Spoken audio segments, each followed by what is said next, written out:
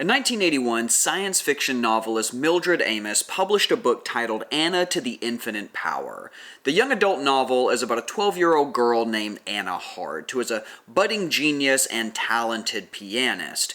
As the story unfolds, we learn that she is the clone of a woman who has been dead for 20 years and was part of a Nazi conspiracy to genetically engineer superior humans.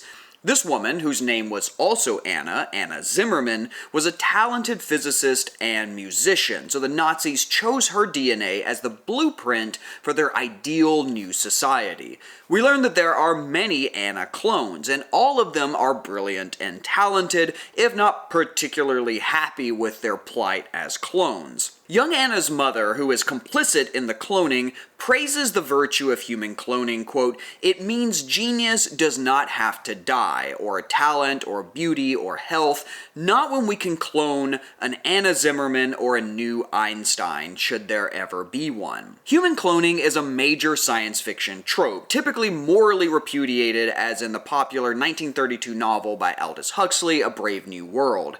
These novels often focus on the ethical component of cloning, such as the lack of consent among the clones, their struggle with identity, and confronting dystopian, eugenic societal visions. But what is not often challenged is Anna's mother's sentiment that cloning somehow preserves things like individual genius or talent. That something in Einstein's DNA just made him intellectually superior to all other humans. For 150 years now, social scientists, anthropologists, philosophers, and biologists have debated how much human behaviors are determined by genetics. Prior to the 1850s, most scholars thought humans were born tabula rasa, a blank slate, and thus our behaviors were infinitely moldable, that the mind was an entity separate from the body and therefore distinct from heritable traits like eye color or height. But in 1869, this view was challenged by Sir Francis Galton, a polyglot whose contributions to science are vast. He pioneered the use of fingerprints in forensics, developed the psychiatric questionnaire, constructed the first weather map, discovered the statistical phenomenon known as regression to the mean, engineered what would become known as the Galton whistle for testing human hearing, and invented the nature versus nurture dichotomy. As the half-cousin of Charles Darwin, he was also intensely interested in evolution and wrote extensively on the subject, influencing generations of biologists. In 1869, 10 years after Darwin's Origin of Species, Galton published a book called Hereditary Genius. In it, Galton challenged the prevailing view that humans are molded by their environment. By investigating the pedigrees of hundreds of so-called eminent men, he came to the conclusion that genius, by which he meant talent and intellect, whether in science, art, music, literature, so forth, was hereditary. It was passed on through family lines. The children of talented parents were more likely to themselves be talented. He ultimately concludes, quote, "Man's natural abilities are derived by inheritance, under exactly the same limitations as are the form and physical features of the whole organic world." This sentiment has permeated how we view education and thus human intelligence for decades. If you attended public school, you very likely heard a teacher at some point say something along the lines of, "Some people are just not good at math," or "Some students have a natural talent for writing." What they mean, of course, is that some of us are born with a biological tendency to excel at some subjects, but not others. And generally, we think of this as being written in our DNA. But it's not just intelligence. There's a tendency among many to think that all human behaviors are dictated by your genes. A loud advocate for this view is Steven Pinker, a psychologist who in 2002 wrote The Blank Slate, a book that aimed to demonstrate that there really is such a thing as human nature. Furthermore, he contends that there are genes for all kinds of things. Genes for violence, for smoking, for how much TV you watch, what your sexuality is, etc. In an interview for his podcast, Pinker argues that modern behavioral genetics has effectively proven two things. One, that all behaviors have some heritable component. To him, this means that there is a gene for effectively every behavior that you have.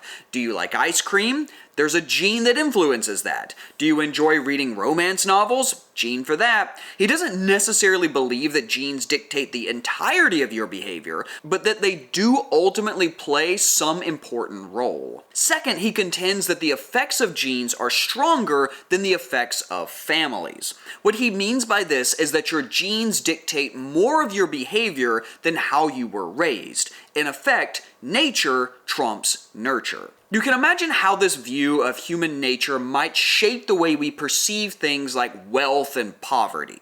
Let's say there's a gene for a strong work ethic that runs in your family. Then you might expect your family to have greater wealth and social standing because that gene has allowed them to be more successful. They get promotions, are more highly educated because they are better at studying and staying focused, etc. On the flip side, a family might be cursed with a gene for laziness. This family, instead of excelling, is racked by poverty. Generation after generation, no one can keep a job, they do poorly in school because they don't study, and they often find themselves relying on the government welfare system to stay afloat. Zooming out, you can imagine how these sorts of genes might structure society into the haves and have-nots. Those with great wealth have acquired it due to their inherently superior genes. And since the poor are poor because they have lower quality genes, no amount of government aid can really lift them out of poverty. They're stuck there because they lack the innate ability to do well in society. The belief system that I've just described is called hereditarianism. It's the view that most features of human behavior emerge from underlying genetics. That is, you are who you are not necessarily because you choose to be, but because you were born this way. Simplistically, if you think about the nature-nurture dichotomy, hereditarians like Steven Pinker and Francis Galton would argue that nature is the primary determinant of human behavior. Hereditarianism is the foundation for a range of troubling social philosophies, the most dangerous of which are eugenics and biological racism, both of which have their origin in Francis Galton. The term eugenics was actually coined by Galton, who was deeply concerned with the fact that who he considered the best humans, the wealthy aristocratic families, were having less children than the poor. If being poor is a product of genes, and the poor were having more kids, then over time, Galton reasoned, their lower quality genes would replace the superior ones, and a nation would, on the whole, suffer and eventually collapse. To Galton, this is exactly what happened to the ancient Greeks. In Hereditary Genius, Galton argued that the Greeks were once the most advanced and greatest civilization on the planet. However, through lax moral standards, sexual promiscuity among the eminent women, and high rates of immigration from outside the nation, their genetic quality plummeted, and ultimately the civilization buckled. This historical musing served as a warning to his fellow Englishmen. If the superior men don't start having more children and there is indiscriminate immigration to England, then the country will fall, just like the ancient Greeks. Thus, eugenics, which translates directly to good genes, is a social and political policy that advocates for the promotion of supposedly superior genes. Historically, this has been implemented in many ways. One, sometimes called positive eugenics, is the promotion of government welfare, including direct financial stipends to the wealthy and social elite to encourage them to have more children. This could be in the form of payment for each child a family has, meant to both incentivize having children but also relax the financial burden of having children. It's important to distinguish positive eugenics from governmental policies just meant to boost the birth rate. Some countries today and historically have been concerned with declining birth rate and the demographic shift to older individuals. To counterbalance this, they have instituted tax credits or direct payments to families that choose to have children. These are indiscriminate. They don't give credits just to wealthy families or families with perceived good genes. Positive eugenics don't want indiscriminate births. It only wants to boost the birth rates of individuals that have the best genes. While this form of eugenics may seem relatively benign on the surface, it's important to remember that there's no objective criteria in which to determine what good genes are. We shall return to this at the end of the video once we've discussed whether human behaviors actually have a serious genetic component at all. What most of us associate with eugenics is so-called negative eugenics. These are political policies that seek to limit the genetically unfit from having children. Historically, these policies often involved involuntary sterilization, targeting the mentally handicapped or criminals. In 1907, the state of Indiana became the first in the world to pass a law permitting forced sterilization, and by 1921, 30 other states in the United States had followed suit. Rebecca Kluchin, a professor of history at California State University in Sacramento, in a book titled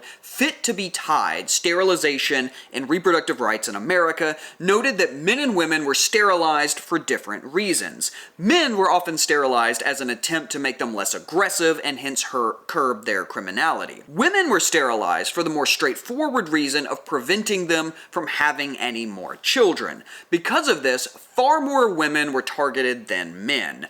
In 1961, for example, over 60% of all sterilizations were done on women. Between 1906 and 1963, at least 64,000 people were forcibly sterilized in the United States. After the Second World War, the targets of sterilization shifted from mental institutions to targeting poor people and minorities.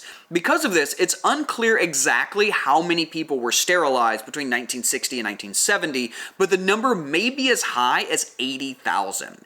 In the South, sterilization particularly targeted black women. For example, in North Carolina, 66% of the women sterilized between 1933 and 1973 were black. Restricting immigration from certain countries also played a major role in the eugenics movements around the world, and these often targeted people from Africa and Asia, but also Jews.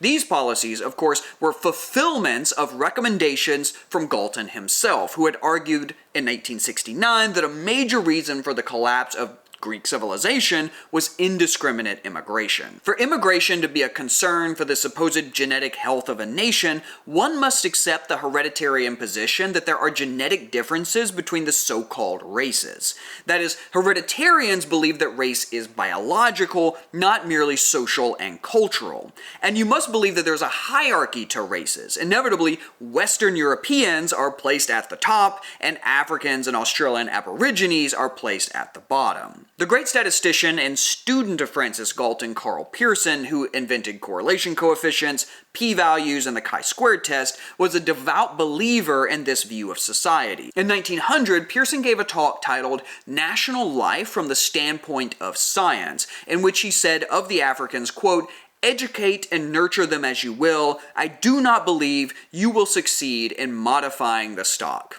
He believed the stock needed to be modified because they were so inherently inferior to Europeans. He went so far as to argue that slavery was a natural state anytime Europeans and Africans were in close contact, as the latter was inherently subservient to the former. Pearson believed, as Galton did, that the superior civilizations would ultimately wipe out the inferior. To him, this was a form of natural selection. They applied Darwinian thinking to sociology and human behaviors. That is, left to a state of nature, Europeans were destined to conquer the world. And the ultimate reason for this is their superior biology, their better genes. Since eugenicists believed in the superiority of Anglo genes, they passed anti-miscegenation laws across the country. These laws prohibited relationships between the different races, and at least 28 states had such laws going into the 20th century. These concepts of race as biological, and in particular with the existence of a racial hierarchy, is today referred to as biological racism, scientific racism, and sometimes just race realism. realism. While this idea fell out of favor among academic circles in the 1970s, especially following the influential UNESCO reports that strongly argued that race was cultural, not biological, it has seen a resurgence in recent years and has snuck its way back into the mainstream. Several prominent public figures have voiced support for race realism. Among these are the evolutionary biologist Jerry Coyne and the neuroscientist Sam Harris, both famous members of the New Atheism movement. In 1994, a political scientist named Charles Murray and psychologist Richard Herrnstein published a highly controversial and influential book titled The Bell Curve.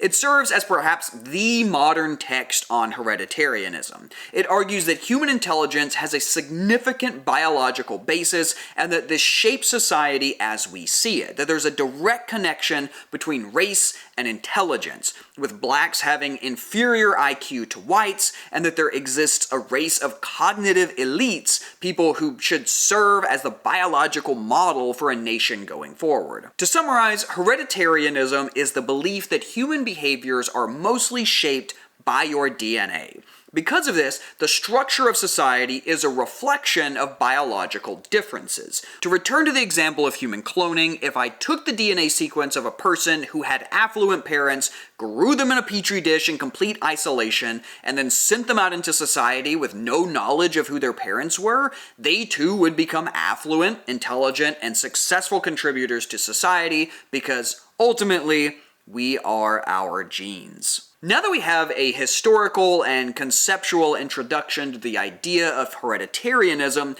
as well as its many implications, let's pivot to the real meat of this video, demonstrating why it's wrong. The thesis of this video, to put the cart before the horse, is that you are not your genes.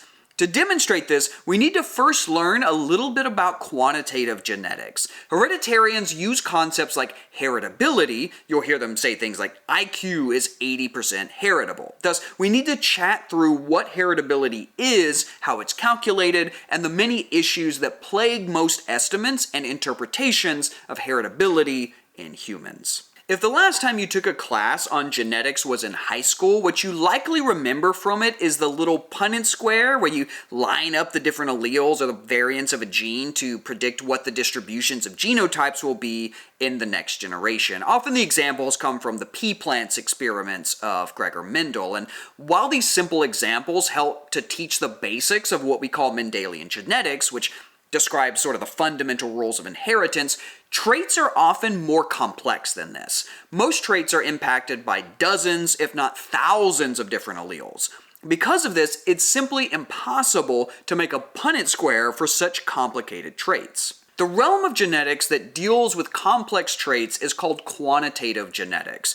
Usually in quantitative genetics, we're dealing with continuous traits. A continuous trait is not one with simple discrete values like white or purple, but possesses an entire distribution of values. Height is a common example of this. For you to be tall, you don't have a single tall gene, but thousands of genes that all collectively contribute to your height. Height is a particularly useful trait for our purposes here. It has been known for a long time that children that are malnourished won't grow up to be as big as those who are well fed and cared for. That means that height is not only determined by your genes, it is also shaped by what we would call your environment. It's important to note that environment is a catch-all for a ton of different processes in quantitative genetics. For example, being raised in a home where your parents apply sunscreen to you whenever you go outside as a child significantly reduces your chances of developing skin cancer. While there may be certain genes that make you prone to having skin cancer, the environment in which you were raised, that is, having parents that applied sunscreen to you, can counteract those genes, leading to you never having skin cancer. The environment also includes things called indirect genetic effects, sometimes called genetic nurture. Let's say that a kid is being raised in a foster home. They are not genetically related to the people raising them. But suppose the foster parents are very tall. They have lots of genes for being large-bodied, and because of this, they have larger appetites. This leads them to cooking larger meals and the kid eating more than they normally would. Thus, they grow up to be larger than their own genes would normally specify, all else being equal. Hence, the genes of the foster parents had an indirect effect on the phenotype of the child. They are bigger thanks to the genes of an unrelated individual. But how do we determine how much of your height is determined by the genes you inherited and how much is shaped by the environment?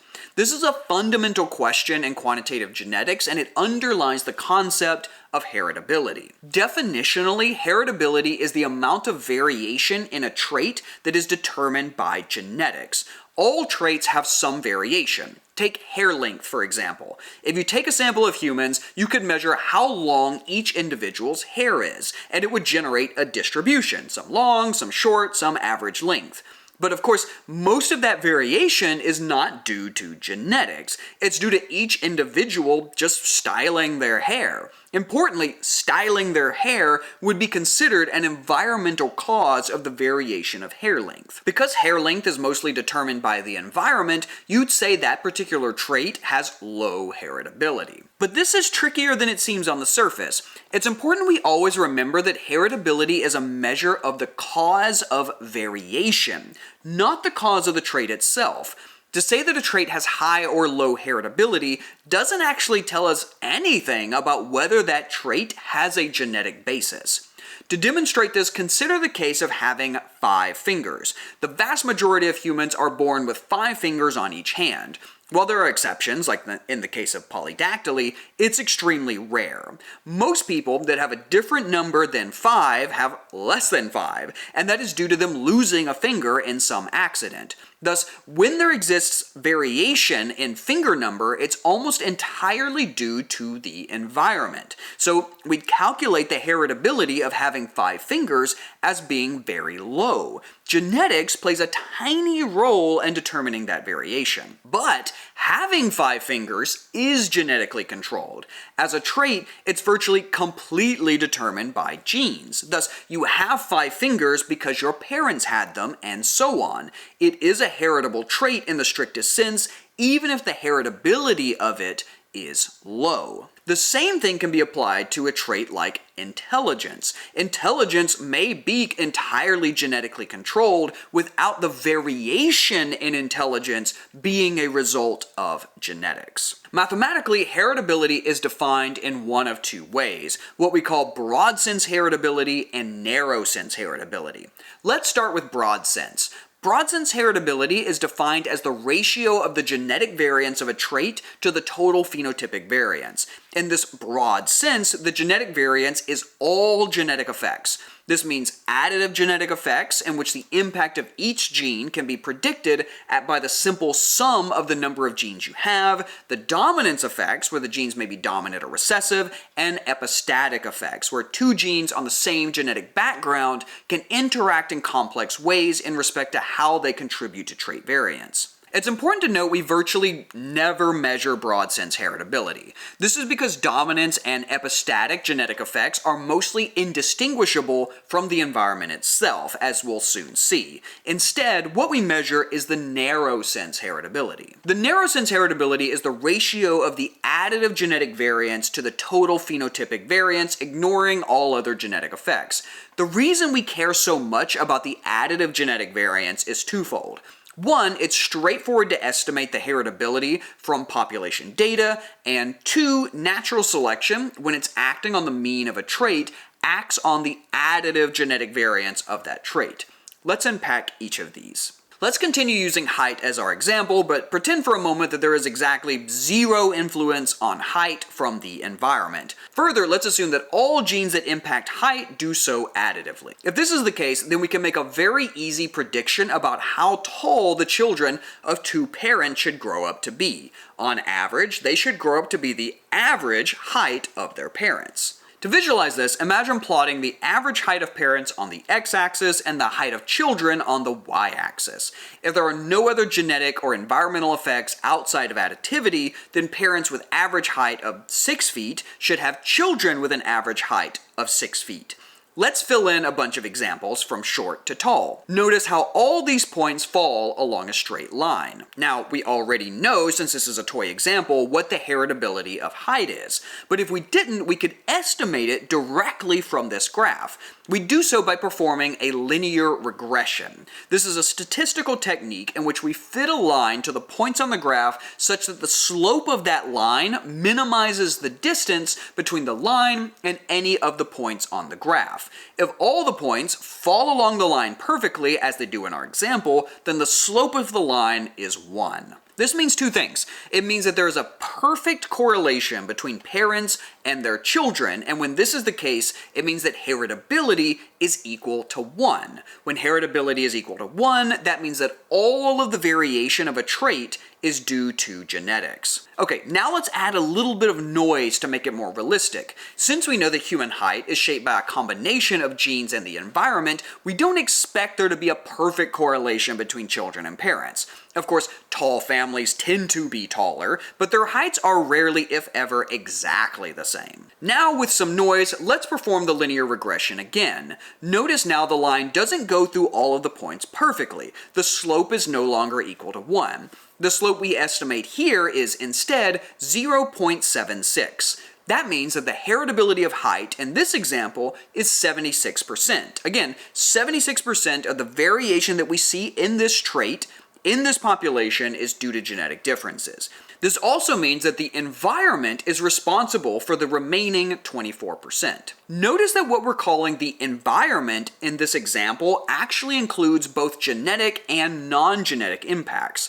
That's because our estimate of heritability is narrow sense. We are performing a linear regression. A linear regression is additive, as a straight line must be. To capture the broad sense heritability, we'd need a more complicated mathematical function, one that would inevitably conflate genetic and non-genetic effects. The distance between the points on the line itself is known as the residual variance. That's the variance that is left over, not explained by the linear model. In our example, that's 24% of the variance. Again, wrapped up in this variance are all genetic effects that we aren't considering, like dominance and epistasis, but also all environmental effects. Okay, now that we understand the classic way in which heritability is estimated, let's talk briefly about the role that natural selection plays in shaping quantitative trait variation.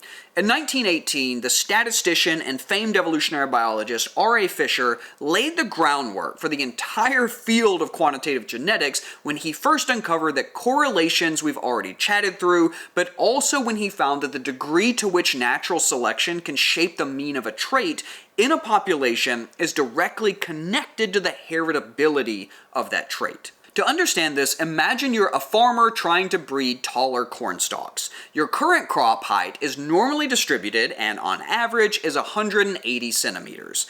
You'd like your crop to be at least 220 centimeters tall, and so when you select which plants get to reproduce for the next generation, you only select those that are 220 centimeters tall or taller. How do you expect your crops to be in the next generation, given that you've only allowed the tall ones to reproduce? Given what we've discussed about heritability, we should intuit that the distribution in the next generation critically depends on how heritable stalk height is. If stalk height is entirely environmentally determined, then having only the tallest crops reproduce will do nothing to the height distribution in the next generation. In fact, if the environment hasn't changed, then the distribution should be identical. The mean will still sit at 180 centimeters. Francis Galton famously called this regression to the mean. We can write the expected change in the mean of a trait in the form of a simple equation.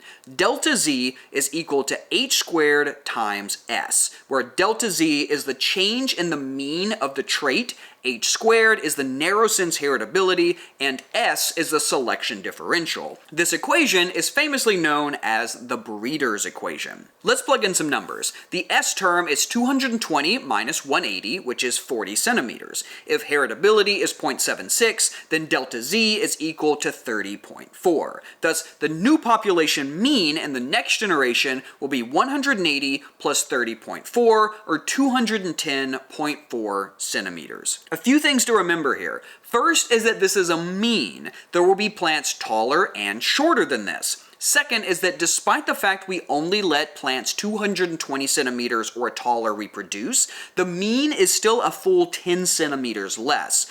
This is due to the fact that height is not completely heritable. The third thing we should consider, and the one that is critical to understanding heritability, is that selective events like only letting plants over 220 centimeters reproduce deplete genetic variance. This is because all plants under 220 centimeters didn't breed, and so didn't contribute their variation to the next generation. The offspring generation must therefore have less variation than the parental one did. Remember, heritability is the measure of the ratio of genetic variance to the total phenotypic variance.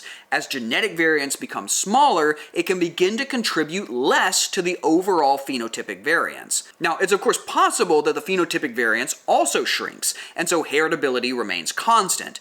But it isn't necessary that this is the case. If the total phenotypic variance remains constant but the genetic variance shrinks, this means that the environment starts to take on a larger role in determining variation. What this means critically is that heritability is not constant. After a selective event, like in our crop example, heritability can actually decrease because you've lost genetic variance. Again, this is why it's so important to never confuse the quantitative genetics concept of heritability with genetically controlled. These are distinctly different concepts. If something is genetically controlled, it doesn't just stop being genetically controlled.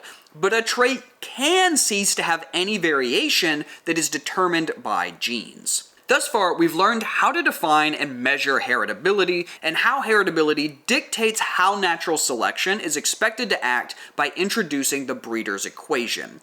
Now let's add a bit more complication. In our crop example, we assumed that the environment was effectively shared by all plants. In livestock and agricultural settings, as well as in labs for that matter, this is a fair assumption.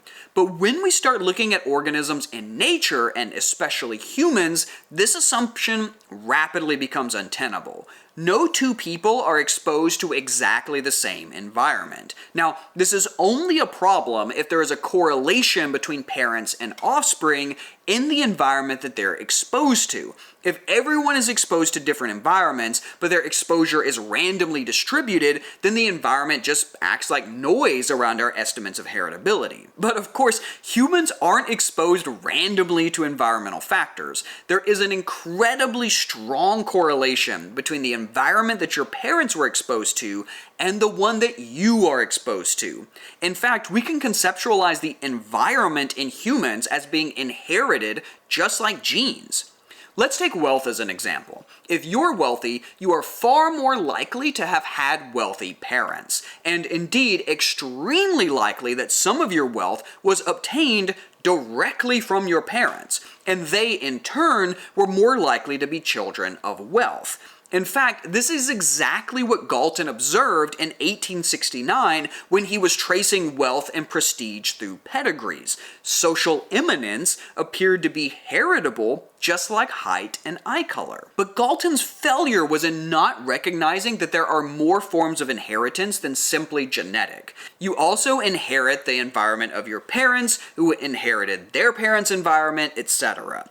This creates correlations between parents and offspring in terms of wealth. In fact, we can recreate the height example with wealth. On the x-axis now is parental wealth, and on the y-axis is the wealth of their children. If we perform a linear regression on these points, we find that the slope is 0.85, or 85%. That is, wealth has a heritability of 85%. But notice what we've done here. We've completely conflated correlations between parents and offspring with genetic correlations. That is, the classic techniques for estimating heritability are entirely incapable of accounting for the fact that the environment is also inherited. Thus, genetic and environmental effects, when the latter is inherited in a lineal fashion like genes, are what we call confounded. You can't tease one apart from the other. Now, there are fancier ways of estimating heritability today that rely on actually identifying genetic variation and hence require sequencing individuals, whereas the classic method invented by R.A. Fisher does not. You might ask, why then give us this historical digression if the method is outdated? Because in 2023, in the Proceedings of the National Academy of Sciences, one of the most prestigious journals in the United States, an economist and well-known hereditarian named Gregory Clark published a paper titled The Inheritance of Social Status, England 1600 to 2022. In this paper, he performed linear regressions between ancestors and their descendants across multiple generations, using the slope of those regressions as his estimate of heritability. He found, as you might expect, very high heritability for social status. This includes things like wealth and educational attainment. This is because there's a strong correlation between ancestors and their descendants in social status. He concludes from this that since social status has such a high heritability, he measured it as 57%, which he interprets as being caused by genetics, then social programs aimed at helping the poor in England are doomed to fail. Again, this paper was published in 2023 in an extremely prestigious journal. It makes the exact same arguments Francis Galton made in 1869. Clark has also written 2 books on the subject of genetics and social mobility and has contributed to the far-right magazine Quillette. But Clark is not a crank. His PhD is from Harvard. He's worked at Stanford, University of California, Davis, University of Michigan, etc. But hopefully, you are now equipped to see why studies like this one are bogus. They assume that all correlations between parents and offspring are due to genetics, ignoring the fact that the environment is also inherited. The last thing we should discuss concerning heritability is the hierarchical nature of the environmental influences that make comparing estimates of heritability across populations inaccurate. Let's give an example from a trait often studied in human behavioral genetics: educational attainment. Educational attainment is, roughly speaking, how much education a person obtains in their lifetime. So you could reach high school, a few years of college, a bachelor's, a doctorate's, whatever. Now let's say we want to compare the heritability for educational attainment between 2 populations of humans. One population has very high heritability of educational attainment. That is, there's a strong correlation between parents and their children and how much education they obtain, and this is classically interpreted as having an additive genetic component. And the other, heritability is very low. There's effectively no correlation. How could this be? Does one population simply have genetic variants that influence educational attainment and the other doesn't? Not necessarily. Imagine the case in which one population belongs to a state or a country in which education is very expensive and gets more expensive at each stage. Bachelor's degrees are less expensive than masters, which are less expensive than doctorates. Further, assume there's a strong correlation between the level of educational attainment and how much wealth you have, and that parents generally pay for their children's education. Notice how this would generate a strong, apparently heritable correlation between educational attainment of parents and their offspring. Only parents that achieved high educational attainment could afford to pay for their children to achieve the same level. Thus, heritability of educational attainment in this population is very high. Now consider the other population belongs to a country in which all education is free. Now, whether or not you obtain a higher degree is a function of just your own personal interest, not a feature of your wealth. So sometimes children may have much higher or lower educational attainment than their parents, assuming all else is equal.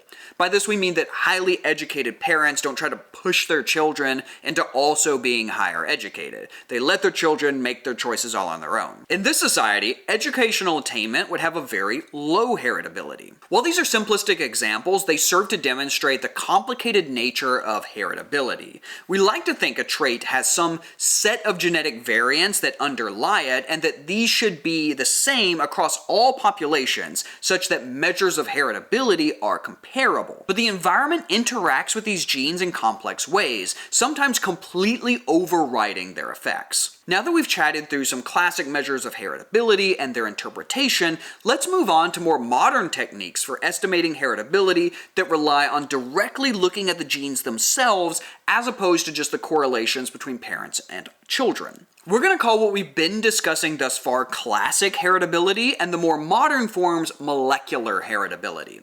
It's important to know that the interpretation is exactly the same. The difference is in how they're estimated. There are two kinds of molecular heritability. There is population heritability and direct heritability. Population heritability is the most common to estimate. It works like this. You collect a very large sample of individuals, survey them for a bunch of different traits, and then sequence their DNA. There are several massive data sets with this sort of information. One of the first being the UK Biobank, which includes over 300,000 sequenced and surveyed individuals. These data sets are composed of generally unrelated individuals within the population, though it's important to note that, especially in the case of the UK Biobank, that individuals within the population are more related to each other than they are on average to other populations. So they are still correlated at the population level. To estimate the heritability of the traits you surveyed, which can range from height and eye color to things like whether you smoke, have depression, your IQ score, etc., you search for correlations between genetic variants and trait values. For example, let's say you have an IQ score of 110 and you also have a single nucleotide polymorphism called a SNP at a particular position on chromosome 1. If you find that 80% of individuals with IQ scores of 110 or greater also have that same SNP, then there's a strong correlation between IQ and that SNP. Notice we're still relying on correlations, just like in the classical approach. This means that the association between SNPs and the traits themselves are fundamentally non-causal. The first rule that you learn in statistics is that correlation does not equal causation. So population heritability is incapable of establishing causal links between SNPs and traits. And indeed, they can confound both genetic and non-genetic effects. Direct heritability is the closest we can hope to getting to establishing causal links between genetic variation and variation in traits. While it still relies on several assumptions, it is less likely to be fooled by environmental confounders. This is because instead of relying on random samples, direct heritability is estimated from a very large sample of families. Since you have family pedigrees, you can compare close relatives for the presence or absence of that particular SNP, and ask whether that SNP's presence predicts the trait value they possess. This is powerful because you can control for the shared environment of the family. However, again, you do have to make some pretty strong assumptions that the environment is exactly the same for everyone. We know that humans can be influenced by very slight differences in their environment. Things that you might have been exposed to as a young child may be very different than what your sibling was exposed to. And so despite sharing roughly half your genes, the two of you can be polar opposites. Now that we have a working idea of the foundations of quantitative genetics and heritability, let's look at several studies that have estimated the heritability of IQ and educational attainment. Obviously, there are a multitude of human behaviors that we could look at, but these are two of the ones that are the most debated. They were what Francis Galton was most interested in, and what has fueled eugenics policies for 100 years. For just $400, a direct-to-consumer company called Nucleus Genomics will sequence your genome and predict what your IQ should be. When they came under criticism by geneticists, including human geneticist Sasha Gusev, who likened the product to snake oil, they published a blog post defending the product titled "Genetics Can Predict Height, Cancer Risk, Neuropsychiatric Diseases, and More, but Not IQ?" Very often you hear hereditarians say things like, "Evolution doesn't stop at the neck," suggesting that all behavioral traits in humans have a biological, by which they mean genetic, basis. So why can genetics predict height, but not IQ? First is that IQ is not a trait like height or eye color. Regardless of where you are in the world or what time period you live in, height has meant the same thing. The units might be different. We could be measuring in inches, centimeters, whatever, but these are all translatable to each other and mean fundamentally the same thing. You can put a ruler to a person and measure their height. No such ruler exists for intelligence. No one is sure what IQ is actually measuring, and different tests can give different results for the same person. Estimates within a population can change across generations, and so intelligence tests have to be revamped and updated constantly to reflect the ever-changing perspectives on what counts as intelligence. Furthermore, it's unclear what the biology underlying intelligence actually is.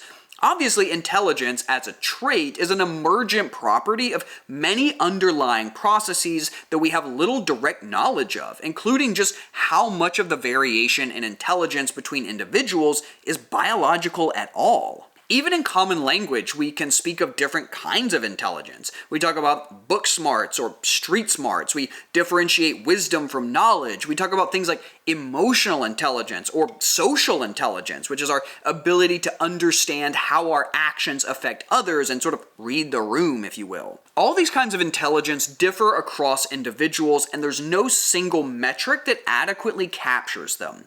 Often researchers resort to a kind of statistical abstraction that they call G. It stands for a general factor of intelligence. This is a sort of average across a bunch of different tests for a population as a way to try to extract a single common variable that explains the correlations between these tests. However, because of this, no single individual has a G factor. It's a statistical aggregate across individuals. So while we can talk about the heritability of a given G factor in a population, we cannot assign that value to a given individual because it is a property of averages. Obviously, this is nothing like height. Your height is your height, and even if you were the only person on the planet or there were no rulers to measure it, you'd still be your height. But one person cannot have a G factor. So intelligence has no standardized ruler that works for all time and across all populations like other physical traits. Regardless, can we still use IQ or the G factor to get some idea about how heritable these quantities,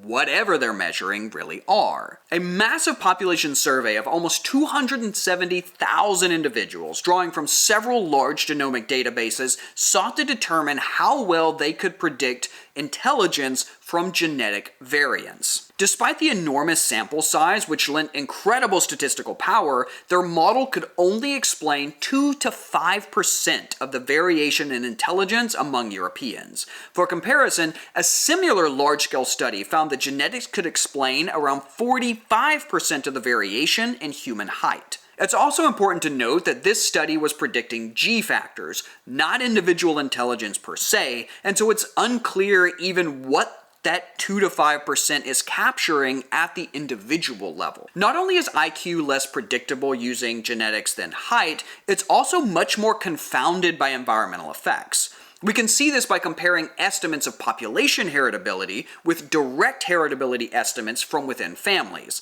A recent study by Howe and Friends in 2022 compared these two estimates for height, IQ, and educational attainment. For height, they found little difference in measured heritability between population and direct estimate approaches.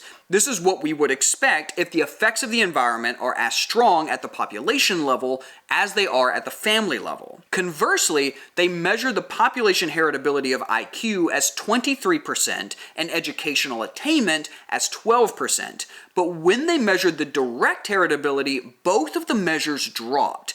IQ fell to 15%, while educational attainment fell to 4%. What this demonstrates is that there is a large confounding of environmental effects on population estimates of heritability. Another way to visualize this is to look at the fit of a regression between population and direct heritability estimates. We can evaluate this fit using a value called the R-squared. If it is 1, that means that there's a perfect correlation between the two estimates, and so population measures, which are non-causal, are a good proxy for the causal direct measures. For height, the R-squared is 0.96, meaning that population measures can explain 96% of the genetic influences within families, despite being a random sample of the population. That's pretty good. Alternatively, educational attainment only explains 55% of the within-family influences, and IQ explains a mere 24%. Again, this tells us that most of the correlations between genes and traits at the population level are not causally linked, but are spurious environmental confounders. What environmental confounders might be playing a large role? An obvious one is socioeconomic status. If our estimates of heritability truly represent purely genetic effects, then separating out the dataset by high and low socioeconomic status should not change the heritability of IQ or educational attainment. However, 2 studies found exactly that. In high socioeconomic status group, IQ heritability was significantly lower than in the low socioeconomic group, 22% versus 31%. A similar thing was found for education, with 13% heritability in high socioeconomic status groups and 26% in low. One way to interpret this is that genetics plays a larger role in your ability to succeed if you are poor than if you are wealthy. This serves to highlight an important point about the interaction between genetics and the environment. Certain environments can amplify the effects of genetics. If you are poor with little resources, genetic effects on intelligence improve your chances of obtaining higher education. If you come from a wealthy background, genetics becomes less important. The environment has already equipped you with the tools to succeed.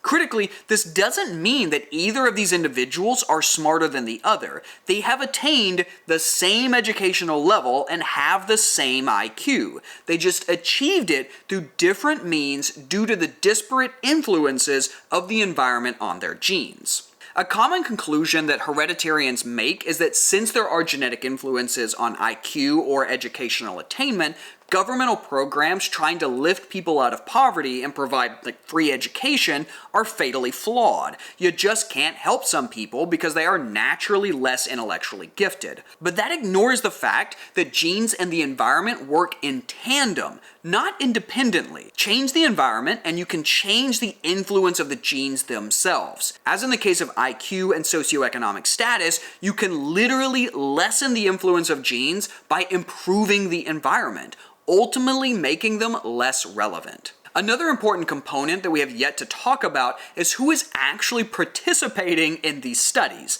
The participants are not picked randomly with respect to zip code. They often live around universities or research hospitals that are conducting the studies themselves, and there is a considerable amount of work that the participants themselves must do to be accepted into the study. In addition to submitting their DNA, they must also complete extensive surveys and fill out consent forms, not to mention have taken an IQ test at some point in their lives. Schorler and colleagues in 2023 estimated the correlations between the probability that an individual participated in a large genetic study and their degree of educational attainment and IQ.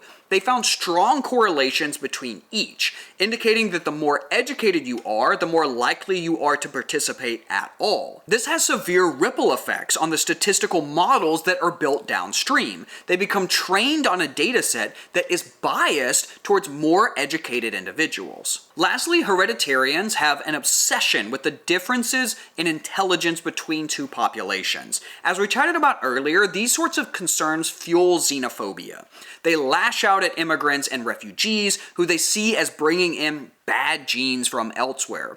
Recently, presidential hopeful Donald Trump stated, "How about allowing people to come to an open border, 13,000 of which were murderers, many of them murdered far more than one person, and they're now happily living in the United States. You know now a murder, I believe this, it's in their genes, and we got a lot of bad genes in our country right now." While we don't have direct estimates of differences in genetic influences on intelligence between populations, we can actually calculate it given the information we already have. For example, we know that the heritability of educational attainment from direct estimates is 4%. Further, we know that the highest FST in humans, which is a measure of the genetic differentiation between populations, is 0.15. So the expected variance in educational attainment between the two most diverged populations is 0.04 times 0.15 equals 0.006. A very tiny amount indeed. To be clear, this tells us that even if two populations had completely drifted between the so-called better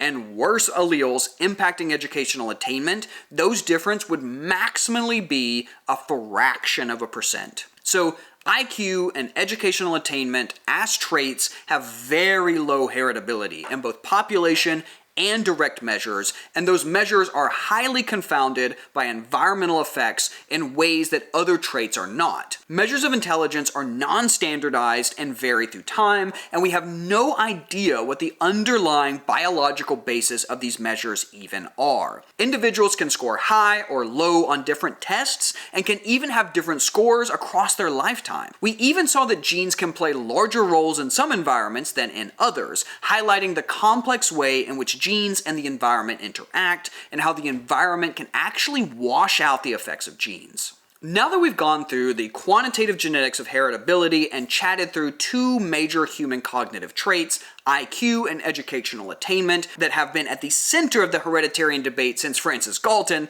let's return to our initial question.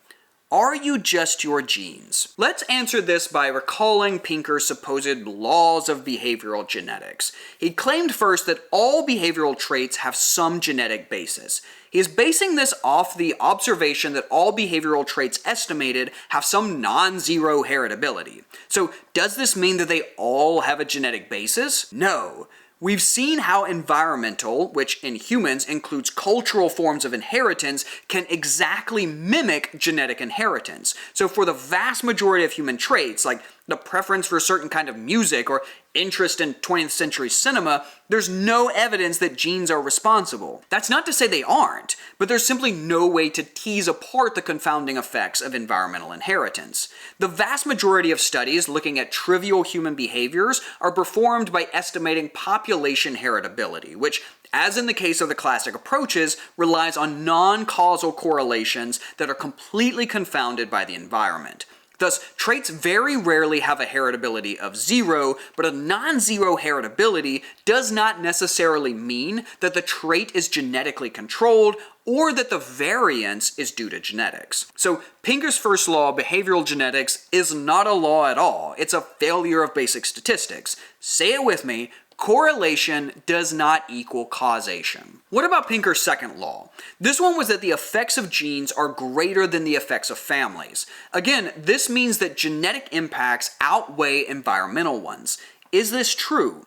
Well, for both IQ and educational attainment, we see that from direct heritability estimates, the environment explains the vast majority of the variance, over 70% for IQ and nearly 90% for educational attainment. Furthermore, we have shown that the environment can actually lessen the effects of genes, since in high socioeconomic households, the heritability of IQ and educational attainment are significantly less than in low socioeconomic households. That families can have such a large influence on measures of intelligence shows that genes cannot have a larger effect than the environment. There's simply no evidence for Pinker's second law. Furthermore, identifying genetic differences in intelligence, however small, is exceptionally difficult to interpret, given that intelligence is not a standardized phenotype. We don't know what it means, our conception of it changes through time, and measures of intelligence tends to change across generations. Human behavioral traits are extremely complex, and we know little about their biological basis. While some traits may have a genetic component, there's very little evidence to suggest that most of them do. Furthermore, even when there are genetic correlations, we see that the environment plays an enormous role in shaping how these genes are expressed, meaning that genes are not destiny. Let's review a few major takeaways before wrapping up. First, we introduced the concept of hereditarianism as the belief that human behavioral differences are due to genetics. We showed how this is a historically problematic idea that promoted racism, xenophobia, and ultimately led to horrific eugenic policies around the world. Second, we learned what heritability is, how it's classically measured, and all the ways in which non-genetic forms of inheritance can mimic genetic ones. We stressed that correlations between genes and traits are not sufficient to establish causal effects, and that different environments can amplify or dampen the impacts of genes. Third, we showed that human traits like IQ and educational attainment have little genetic basis, and that our ability to infer what genetic basis there is deeply confounded by the environment, as demonstrated by low correlations between population and direct estimates of heritability. Ultimately, we rejected Pinker's laws of behavioral genetics because they commit the statistical sin of conflating correlation with causation. They ignore the interactions between genes and the environment and fail basic arithmetic. 90% is greater than 10%, last I checked. So, if I cloned you and raised you in a completely different environment, like in Mildred Amos's Anna to the Infinite Power, would you still grow up to be more or less who you are today? Have your genes predetermined what kind of person you would be, how smart or successful you would become? I think the answer is clearly no. At the very least, we can say there's no evidence presently to suggest that that is the case. The environment plays an overwhelming role in shaping who we are. Indeed, even when there are underlying genetic effects, good environments can dampen them, rendering those genes irrelevant to who we ultimately become. Thank you so much for being here. I hope you've learned a little bit about quantitative genetics and are more comfortable now with the concept of heritability. You should be well equipped to deal with the nature versus nurture questions, and I hope to critique hereditarian positions that all human traits are genetically controlled or have some major genetic influence. At the very least, whenever someone tells you, well, that behavior has a heritability of 60%, you'll know to take that estimate with a massive handful of salt. Hit like and subscribe, and drop any questions you have in the comments below. Thanks so much for being here, and I'll catch you next time.